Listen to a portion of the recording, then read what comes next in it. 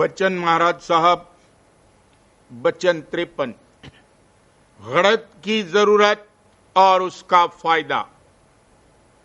शुरू में जब कोई सत्संग में शरीक होता है, अगर सत्संग और अभ्यास अच्छी तरह से बनता है और स्वार्थ भी बदस्तूर कायम और मजे में चलता है, तो ये समझता है कि बस मेरा काम बन गया और इसी में तृप्त हो जाता है। ये गलती है, बल्कि काल का विघन है। जब तरक्की होगी तब तन मन के बंधन ढीले किए जाएंगे, यानी हर तरह की तंगी इसको होगी।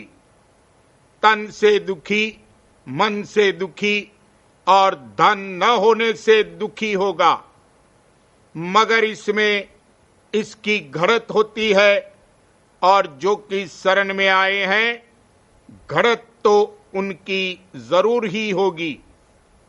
ये प्याला है तो कड़वा, मगर पिलाया जरूर जावेगा। जैसे लड़का रोवे चाहे चिल्लावे, मैया कड़वी दवा जरूर पिलाती है। इसी में उसका फायदा मुतसव्वर है। जब ताकत इसमें आ जाती है, तब घड़त की कार्रवाई शुरू होती है। पर इसमें भी राधा स्वामी दयाल हिकमत अमली करते हैं, यानी कुछ अरसे घड़त हुई, फिर जैसे जख्म पर मरहम लगाते हैं, कोई अरसे तक छोड़ देते हैं और खातिर करते हैं। वक्त मुनासिब पर फिर घड़त शुरू करते हैं। कहने का मुद्दा यह है कि बगैर घड़त के इसका काम हरगिज नहीं हो सकता है।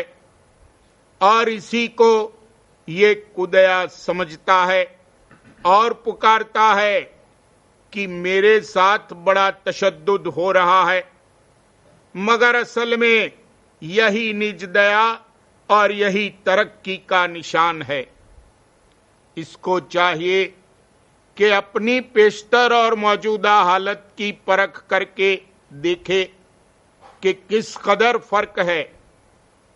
जब इसका घाट बदलने की मौज होती है, तब घड़त की जाती है और ये घबराता है कि कोई भूल चूक मैंने नहीं की है। फिर ये क्या बाइस है जो सख्त चोट लगाई जाती है। पर मालूम हो कि जिस घाट पर के अब बैठा हुआ है, वहां से हटाया जाता है। कोई कसूर किया होता तो उसमें इस कदर जोश और तपन नहीं होती और न घाट बदलता। इसलिए चाहिए कि जब उल्टी सुल्टी हालत आ पड़े तो उसकी बर्दाश्त करे और अपना नफा समझकर सब्र के साथ झेले। मगर उस वक्त समझौती कायम नहीं रहती। अगर समझौती रहे तो फिर घड़त नहीं होती। ये शुरू की हालत है, मगर जब अनुभव जागता है, तब खुशी के साथ घड़त को झेलता है। और जिस वक्त मालिक देखता है कि ये घड़त की बर्दाश्त नहीं कर सकता है और बहुत दुखी है, तो घड़त की कार्रवाई मुलतवी कर देता है। और तब संत सद्गुरु गुप्त भी हो जाते हैं और फिर जब मौज से प्रकट होते हैं, तब फिर घड़त की कार्रवाई हरेक के दर्जे के अनुसार शुरू हो जाती है। मन की घड़त करावे दम दम, वह है मित्र वही है हमदम। भूल चूक बख्शे वह छिन छिन, संग रहे इसके वह निस्दिन। यह मन कच्चा बूझ न जाने, उनकी गत कैसे पहचाने।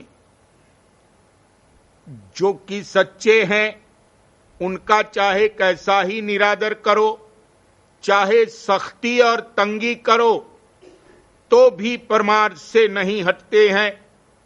और जो झूठे हैं, उनके आराम और स्वार्थ में जरा फर्क पड़ जावे तो फौरन सत्संग छोड़ने को तैयार हो जाते हैं।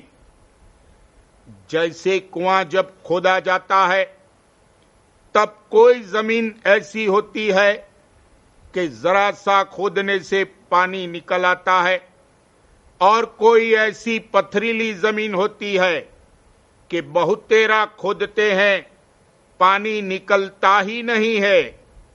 इसी तरह बाज जीव ऐसे होते हैं कि थोड़ी सी घड़त होने से गिलाफ यानी पर्दा उनका दूर हो जाता है और चैतन्य यानी शब्द और अमृत की धार प्रकट हो जाती है।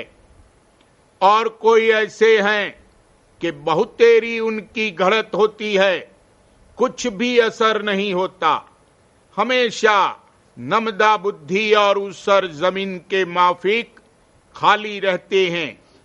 कहने का मुद्दा यह है कि जिस पर ज्यादा तह चढ़े हुए हैं उसकी ज्यादा घड़त होती है और धार देरी से प्रकट होती है, और जिस पर कम गिलाफ है उसकी कम घड़त होती है और फौरन ही थोड़े अरसे में अमृत की धार उसके घट में जारी हो जाती है।